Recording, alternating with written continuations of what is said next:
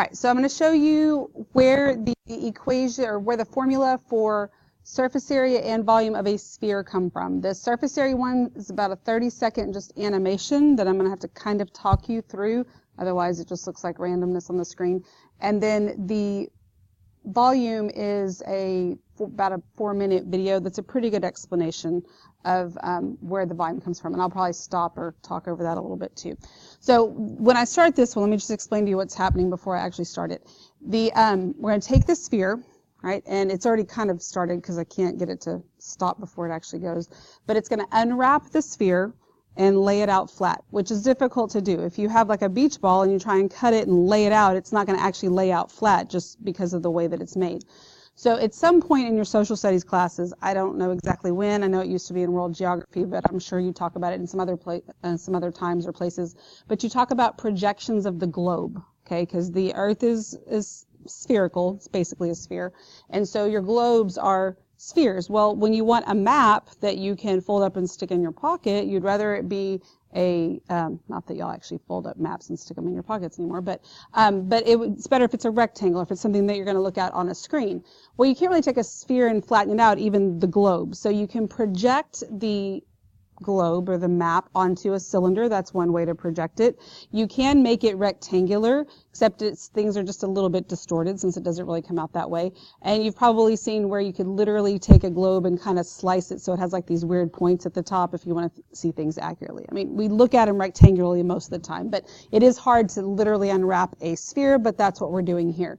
So this yellow circle that you see here that's going to unwrap, that's like the equator, so it's going to be like the circumference of the sphere coming around this way, and then the green one is just the circumference coming the other way, all right? So it's going to unwrap it and kind of flatten it out the best it can, and then it's going to redistribute some of the area, and I'll talk you through the pieces as that happens. So there's unwrapping. You can see that yellow line segment now. That was the circumference of the sphere. Then we're going to open it up that way. Okay.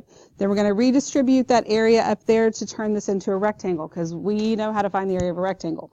So that yellow line, which is the circumference, becomes the base length of the rectangle, right? And then the other part, the height of the rectangle, stop it. Okay, there you go. So this here was the circumference of the sphere. The height of the rectangle actually becomes 2 times the radius of the sphere. So it's kind of the height of the sphere, but the sphere doesn't really have a height, but it's the same kind of idea if you were going to actually see how tall it is. And that means then that when we go to find the formula, the base length is 2 pi r because that's the circumference. The height is 2 times r. So when you multiply those together, you get 4 pi r squared, and that's where your surface area of your sphere comes from. And one reason taking the sphere and projecting it onto a cylinder that you can then unwrap into a rectangle works for a projection of the globe, just surface area wise. When you wrap this back around, I'm just going to do here, it'll show you that the circumference of the cylinder, or the base of the cylinder, is the same as the circumference of the sphere. And then the height of the cylinder is 2 times the radius. That's what they're trying to get at the pictures. I know it's kind of hard to tell, but it would basically fit in there exactly the same. So if a sphere did have a height, then the height of the sphere and the height of the cylinder would be the same. Okay, does that make sense, where that comes from? All right, so then we're going to look at the sphere volume formula. He's going to do a much better job of explaining all that. Somewhere in there, he does say, so let's go, let me explain to you where the surface area formula comes from, the surface area one that we just looked at.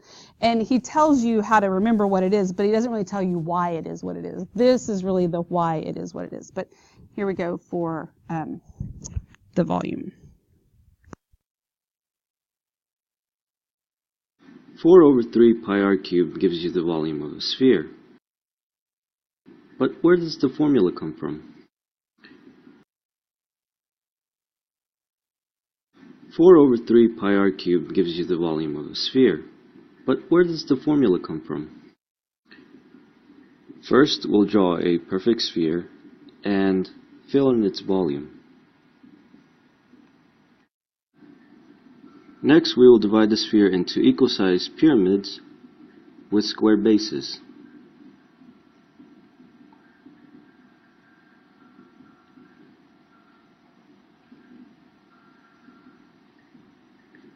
So let's take a look at one pyramid. And remember that its volume is equal to 1 over 3 area of the base times height. Now let's quickly show that the height of all the pyramids that make up the sphere is actually equal to the radius.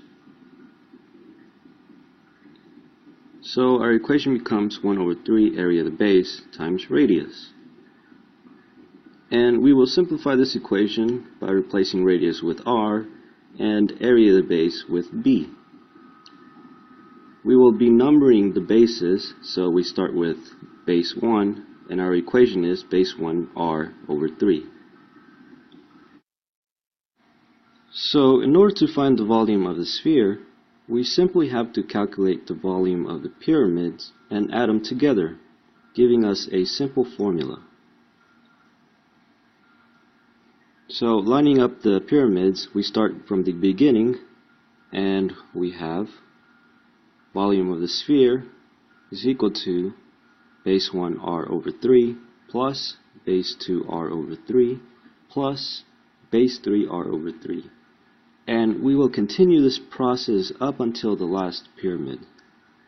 Now we don't know how many pyramids we have, so we just let base n r over 3 simply represent the last pyramid.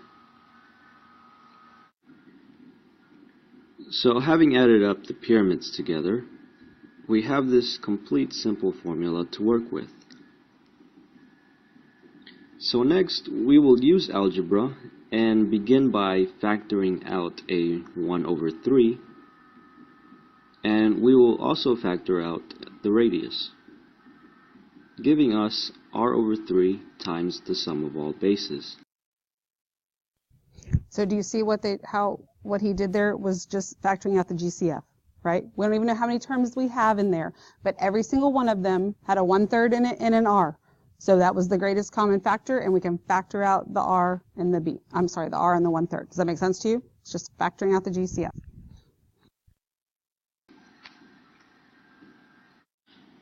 So now let's concentrate on the sum of all bases, and remember, these are the bases of the pyramids that make up the sphere. And as you can see, the bases actually form the surface area of the sphere. Okay, so let's pause there for a second and think about that. You've got all these little pyramids that can create this sphere, right? If the bases make up the surface area, then if the bases are kind of big, or even if they're not, that makes my sphere bumpy, right? Instead of smooth, because they're like little squares that are stuck together. Does that make sense to you? Then, so the bigger the bases are, the bumpier my sphere is. And then when the bases get smaller and smaller and smaller, then that's going to smooth out my sphere. Does that make sense to you? So the idea is, because you said we don't know how many pyramids we have. Well, the idea is that we have as many as we possibly can, like an infinite amount, so that the bases would be infinitesimally small, where they'd be like as small as just a point, so you actually would have it smoothed out to be a sphere. Okay, and when you're trying to calculate those things that you can't really calculate, because you can't calculate an infinite number of areas, that sort of thing, that's where some higher level math comes in. But we don't have to worry about that, because in this case, as long as you can understand the concept of all the little pyramids that where the vertices all come together to be the center of the sphere, and the bases would be the surface area, then when you add up all the bases, you get whatever the surface area is anyway, and we don't have to do any fancy calculations. Does that make sense to you? So we kind of get that idea that these would be the bases. All right. So the sum of all bases is equal to the surface area, which is equal to 4 pi r squared. Now, a quick explanation for why the surface area is 4 pi r squared is first we'll look at our sphere and take its largest possible circumference. With that circumference, we'll make a circle. And now the amazing fact is the surface area of the sphere is equal to exactly 4 times the area of the circle.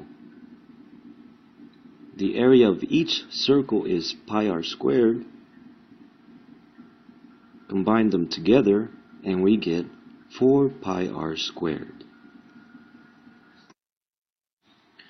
So now let's go back to our simple formula and replace the sum of all bases with 4 pi r squared. Now we combine the r's together to get r cubed, And now we simply rearrange the equation to get 4 over 3 pi r cubed. So 4 over 3 pi r cubed gives you the volume of any sized sphere that exists.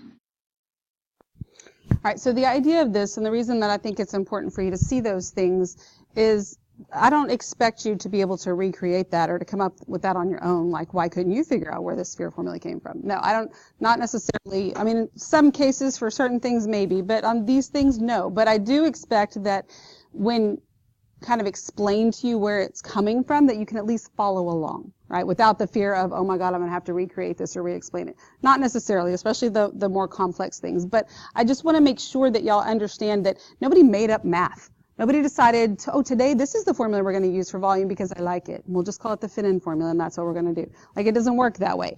Math, it is what it is, and then people have figured out how things are related and how you can actually use it and apply it and whatnot. Does that make sense to you?